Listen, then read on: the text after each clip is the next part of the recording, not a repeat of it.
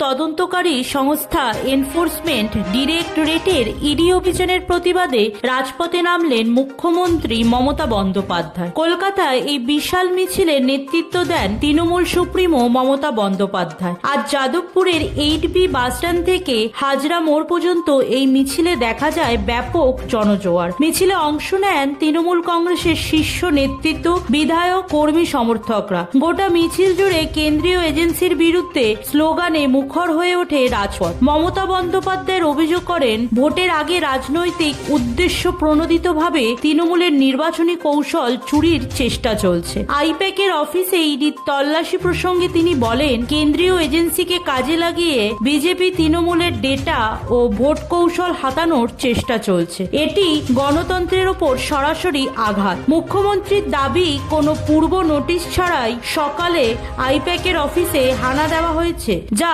সম্পূর্ণ বেআইনি ও অগণতান্ত্রিক। এই ঘটনাকে তিনি গণতন্ত্রের হত্যা বলে কটাক্ষ করেন। প্রতিবাদের মিছিল থেকে কেন্দ্রের বিরুদ্ধে তীব্র বার্তা দেন মমতা বন্দ্যোপাধ্যায়। তিনি স্পষ্ট করে জানান, কেন্দ্রীয় সংস্থার ভয় দেখিয়ে তৃণমূল কংগ্রেসকে দমন করা যাবে না। রাজপথে নেমে আন্দোলন আরো জোরদার হবে বলে হুঁশিয়ারি দেন মুখ্যমন্ত্রী। এই মিছিল ঘিরে কলকাতার বিভিন্ন এলাকায় কড়া নিরাপত্তার ব্যবস্থাও করা হয়। রাজনৈতিক মহলের মতে ভোটের মুখে এই প্রতিবাদ মিছিল রাজ্য রাজনীতিতে নতুন করে উত্তপ্ত বাড়ালো।